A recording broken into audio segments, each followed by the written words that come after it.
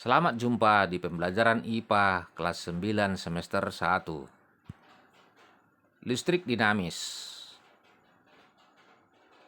Yang kita bahas terutama adalah tentang kuat arus listrik, hantaran listrik, dan rangkaian listrik.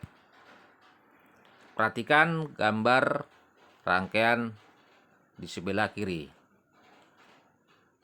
Lampu bisa menyala karena ada aliran muatan listrik yang disimbolkan dengan tanda panah warna merah. Aliran muatan listrik dari kutub positif ke kutub negatif. Nah, pada kutub positif ini muatan listriknya banyak. Pada kutub negatif baterai, muatan listriknya adalah rendah. Sehingga arus listrik adalah aliran muatan listrik dari potensial tinggi ke potensial rendah. Banyaknya muatan listrik yang dialirkan setiap detik dalam rangkaian tertutup disebut kuat arus listrik, yang secara matematis dituliskan I sama dengan Q bagi T. I sama dengan kuat arus listrik, sedangkan satuannya adalah ampere. Q adalah muatan listrik, satuannya kolom, dan T adalah waktu, satuannya sekon. Perhatikan contoh berikut. Arus listrik sebesar 5 mA mengalir pada suatu kawat selama 2 sekon. Berapakah besar muatan listrik yang mengalir? Kita tuliskan dulu diketahuinya. I sama dengan 5 mA. Mili itu artinya per 1000. Itu sama dengan 0,005 ampere. T sama dengan 2 sekon. Masukkan rumus semua data tadi ke dalam rumus I sama dengan Q bagi T. Maka kita perolehlah Q sama dengan 0,005 kali 2. Hasil perkaliannya adalah 0,01 kolom. Kita perhatikan kembali rangkaian berikut. Nah, lampu tadi menyala karena ada aliran muatan listrik. Nah, muatan listrik itu mengalir melalui suatu bahan yang dinamakan kawat. Nah, kawat itu ada di dalam kabel. Nah, dalam gambar rangkaian ini kabelnya ada 2, warna pink dan hijau. Tentu saja bahannya di dalam kedua kabel adalah sama. Nah, bahan yang dapat mengantarkan arus listrik disebut konduktor. Nah, kemampuan bahan untuk mengantarkan listrik itu tergantung pada nilai hambatan jenis, di mana semakin kecil hambatan jenis benda, semakin baiklah benda itu untuk mengantarkan listrik. Tetapi ada juga bahan yang sangat buruk untuk mengantarkan listrik. Itu disebut isolator. Nah, bahan yang berfungsi isolator pada suhu rendah dan berfungsi konduktor pada suhu tinggi itu disebut semikonduktor. Contohnya dapat kita lihat di tabel. Salah satu contoh konduktor adalah aluminium. Salah satu contoh daripada semikonduktor adalah karbon, dan contoh dari isolator adalah kaca. Selain bahan kawat, hantaran listrik juga dipengaruhi panjang kawat dan luas penampang kawat.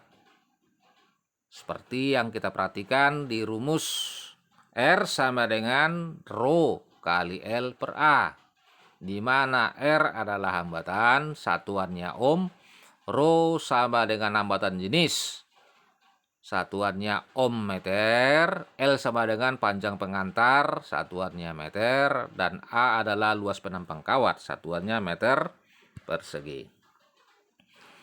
Rangkaian listrik dibedakan atas 2 macam, satu rangkaian terbuka dan satu rangkaian tertutup. Untuk rangkaian terbuka, lampu tidak akan menyala. Untuk rangkaian tertutup, maka lampu akan menyala terus-menerus. Kita perhatikan gambar rangkaian berikut. Di sebelah kiri ada dua lampu yang disusun seperti pada gambar. Jika susunan seperti ini, itu dikatakan rangkaian seri. Nah, pada masing-masing lampu, kuat arusnya sama, artinya terangnya sama. Tetapi beda potensialnya berbeda. Nah, kalau gambar yang sebelah kanan, maka lampu itu disusun secara paralel, di mana dia kuat arus tiap lampu berbeda dan juga terangnya pasti berbeda, tetapi beda potensialnya sama. Nah, sumber arus listrik dapat kita lihat pada gambar sebelah kiri, sedangkan lampu disimbolkan seperti sebelah kanan. Untuk lampu yang dirangkaikan secara seri atau bahan-bahan lain, maka hambatan pengganti adalah jumlah dari hambatan masing-masing bahan tersebut.